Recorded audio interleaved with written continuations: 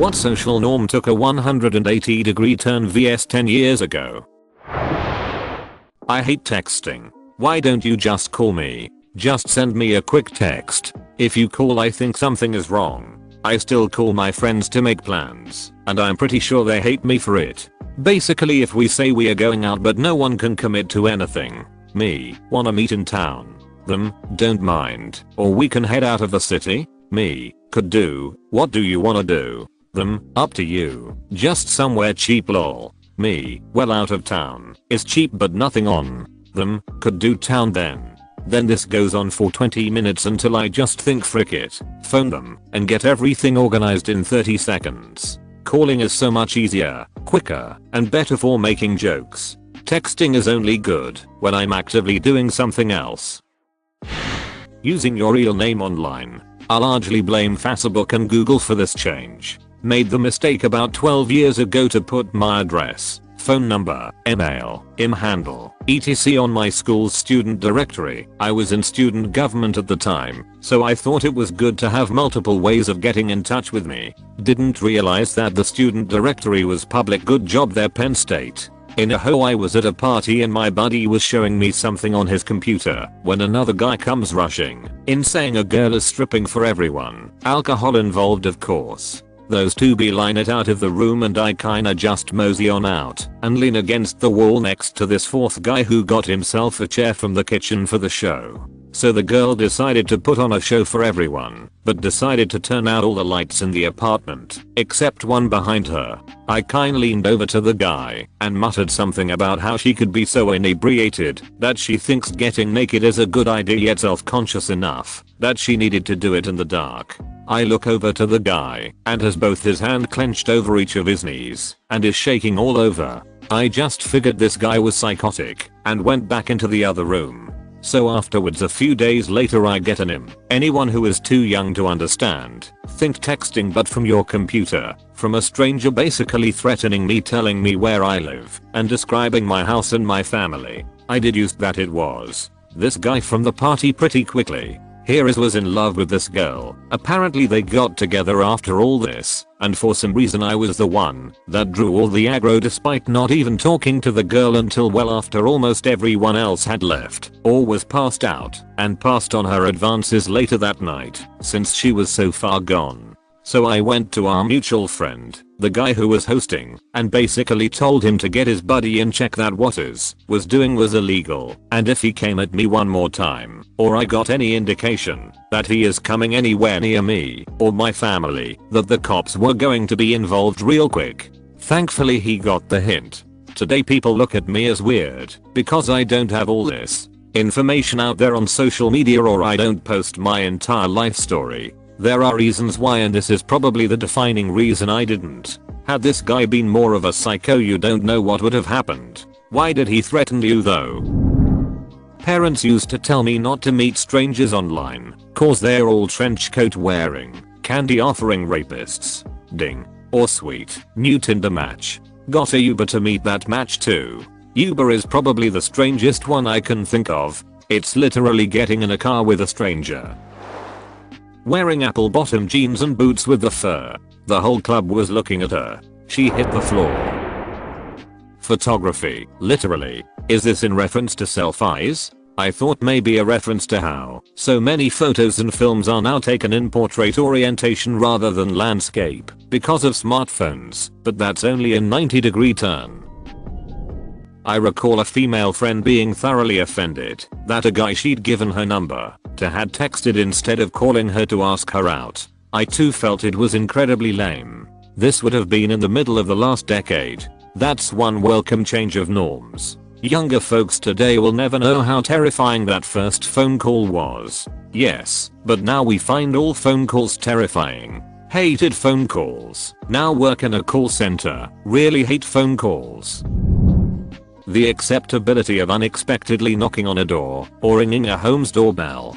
Doorbell rings. Well, I didn't order anything, and I'm not expecting anyone today. Looks like an assassin is here to kill me. I'm left with only one option. Lies behind bed and hopes they go away. Meeting up with people you met online. idea of it still freaks me out, but it's completely normal and expected these days. I met my wife online in 2004. I remember it feeling incredibly weird, and I'm the guy. Can't imagine how she must have felt. Haha. We were both fairly young as well, 17 and 18, so our parents were especially freaked out by it. Looking back, it's funny because that's how tons of people meet now. We used to lie to people when they would ask how we met because we didn't want to go through that questionable look they give you followed by "Oh, well that's nice." I met my husband online in 1995 on a BBS. I was 15 at the time. For the next 15 years or so we avoided telling people because it made us sound like huge nerds. Thinking 10 years ago was in the 90s was okay back then. That awkward email address you made 10 years ago that still exists. I always apologize when I have to say my email from 3rd grade that somehow is still connected to my Sephora Rewards account. Get a new account and set up mail forwarding. Well, gay marriage, right? At least in USA. Possibly a whole view on homosexuality, even. For most of the nation, at least. Yep. My husband and I live in a very liberal city, but after our first adoption, we would have random people come up to us to tell us how sick we were for raising a child in a gay family. We now have 3 kids, and are part of the PTA, and I coach one of my kids' sports teams. None of the parents have expressed any sort of concern about our sexuality. We are just seen as normal parents, which is a nice turn of events. Beards are so gross. OMG, beards are so hot. That pretty much has gone back and forth forever. Indeed. The barber gazed in amazement at this man with the long, thickened black hair and beard, which gave his head the appearance of one of Titian's portraits. At this period it was not the fashion to wear so large a beard and hair so long. Now a barber would only be surprised if a man gifted with such advantages should consent voluntarily to deprive himself of them. The Count of Monte Cristo, Chapter 22. It is now somewhat acceptable to binge watch an entire TV show in a matter of days. I love it. Those always existed. They were called marathons. Yeah, but those were special events. Now it's just the norm. Bill Cosby. Zip zop zoobity bop, now you're conscious, now you're not.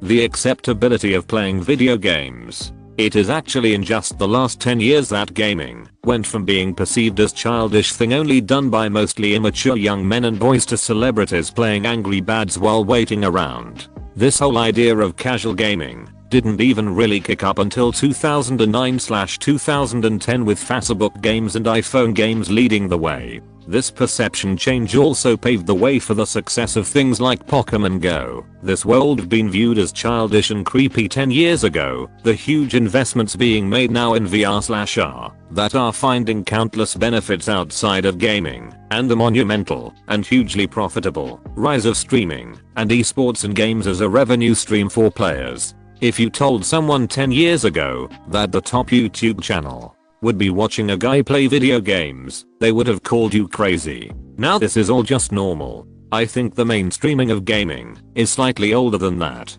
I'd peg it to the early 2000s, closer to 15 years ago. I was a fresh out of college young professional back then, and a PS2 or Xbox was actually a cool thing to have in your living room as a young man. I think a big part of their mainstream acceptance is because they look sleek, black instead of kitty beige, and doubled as media players, CD and DVD. By 2006-07 video games thrived well beyond nerdy confines. Now those young professionals are in their 40s and either are still gaming or have fond memories of gaming. We're at a point where more people have grown up with video games than without them, so of course they are more accepted now.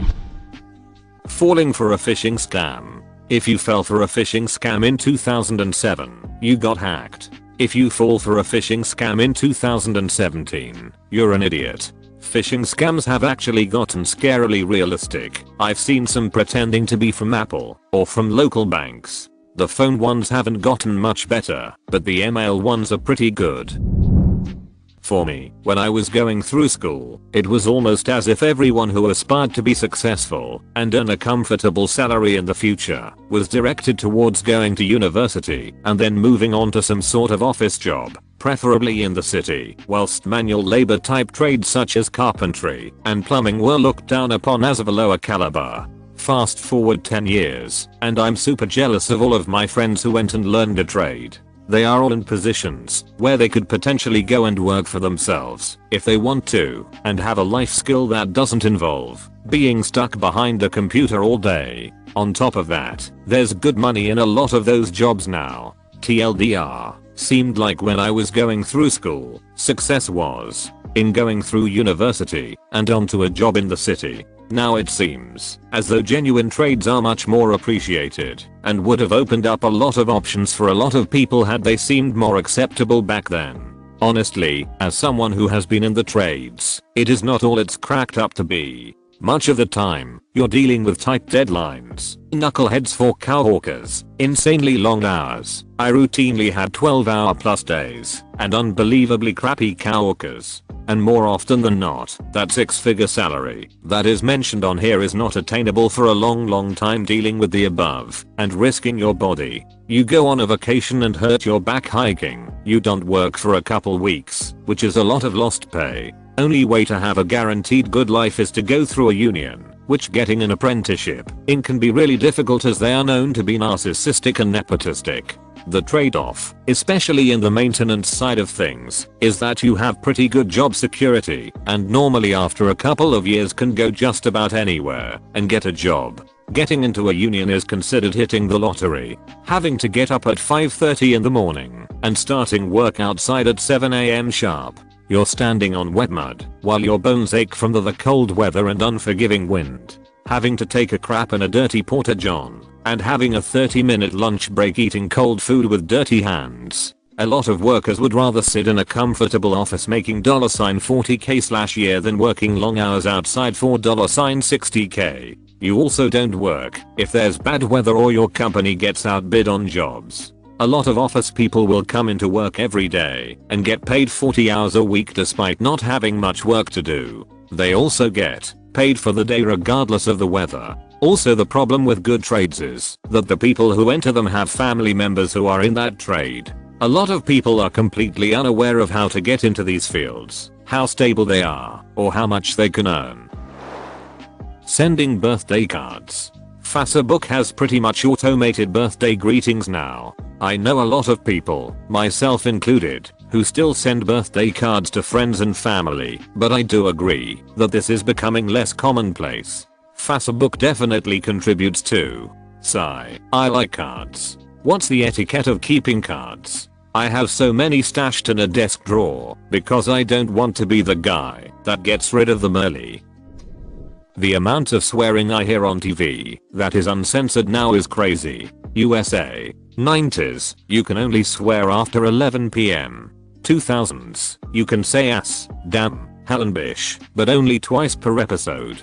2010s, frick it, Trump that bish, and grab her pussy. When I went to Ireland, when I was about 8, my dad warned me that I'd probably see titties if I turned on the TV in the hotel room. He was 100% right.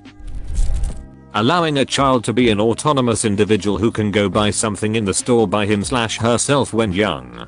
Growing up, I'd go to elementary by myself, walking about 2 miles each way every day. Nowadays it's rare to see a young child doing something like that. It's a scandal almost. Depends on the neighborhood and the maturity of the child. But I remember people complaining about the same thing back in the 90s. Want to watch some serious, deep, and meaningful entertainment? Go see a movie. Want to just veg out and watch something that you don't have to think about? Go watch TV. Man, how that has flip-flopped in the past 10 years. I prefer getting really connected to characters for 12+ hours than I do for 2. That's the real reason people are always saying the book was better. Of course the characters aren't as fleshed out in a 2-hour movie as they are in a book you read over the course of days or weeks. Widespread support for the legalization of marijuana. I don't think you realize that 10 years ago it was 2007.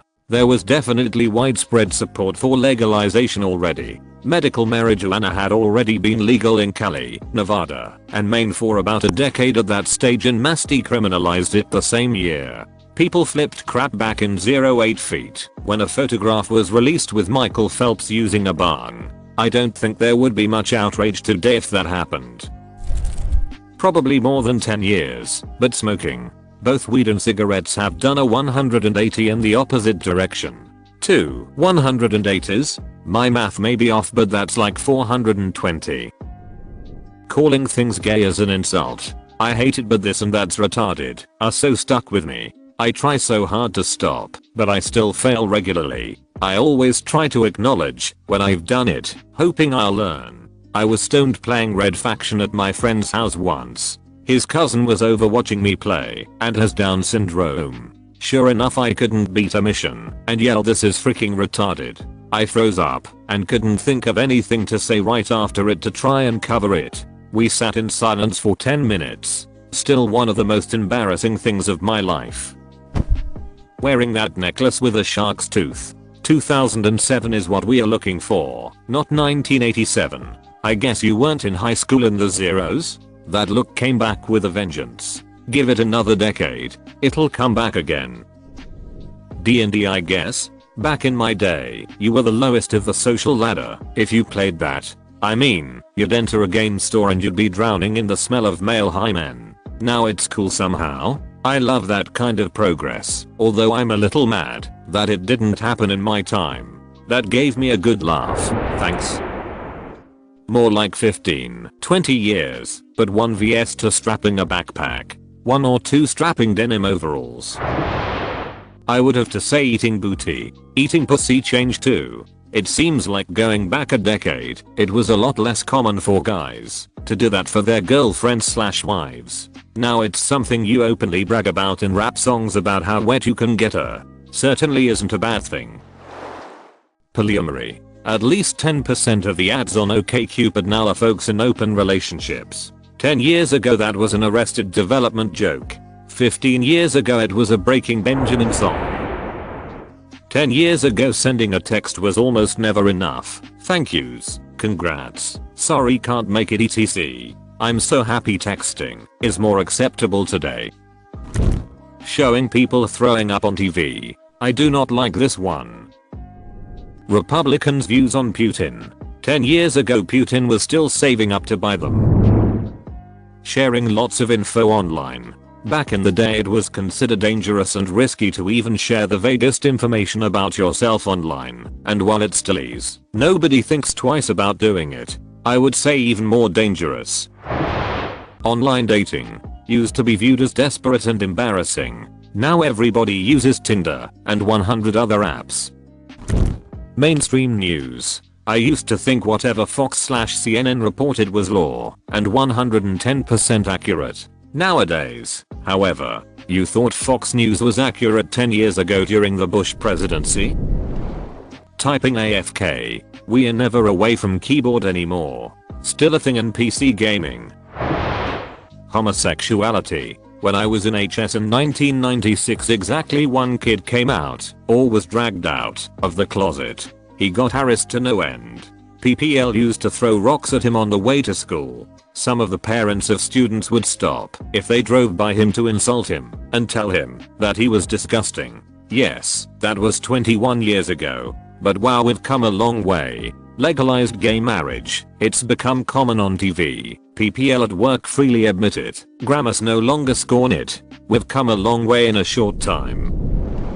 Having a big butt. Before it was horrible, but now it is desired. But baby got back is from 1992. Seems to me that liking big butts and not lying about it was acceptable by 2007. Man, it wasn't really a big phenomenon cross-culturally until recently. I mean sure, in rap subculture big butts have always been a thing. But since, for example, say the Kardashians' rise to fame, including Kylie Jenner with Instagram, this facet of rap culture has sprawled into waspy teen girls' lives. Once a phenomenon infiltrates the teen girl market, then it usually takes off. This group in particular spends a crap ton of money on culturally relevant things. So to summarize, rap culture quite dominantly popular in non-white circles for decades, has more or less recently become very popular in white circles when compared to the past. I'm not saying this is a good thing or a bad thing, just an observation.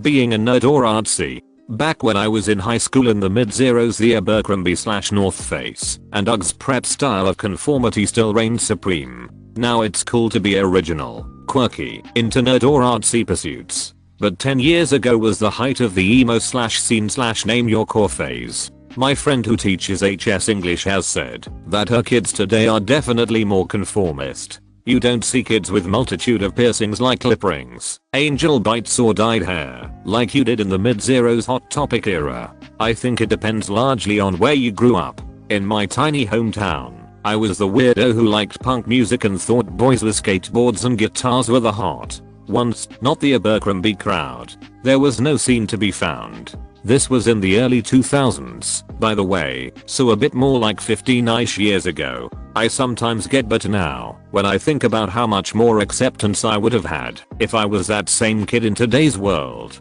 Hell, I might have even been popular and had boyfriends. It's about going out. 15 years ago, if you want to go out on your regular Friday night, you just go around to the same time, to the same place, and all your friends will be there, and you'll have lots of fun. Now, you have to make an appointment with all of your friends. Nobody will be there, unless you all confirm to go out. There'll be a group WhatsApp/discussion about all of you going out and so on. It's getting so complicated. About messaging. 10 years ago, you don't play with your phone in a restaurant. Now, 9/10ths have their phone next to them on their table and check it out all the time.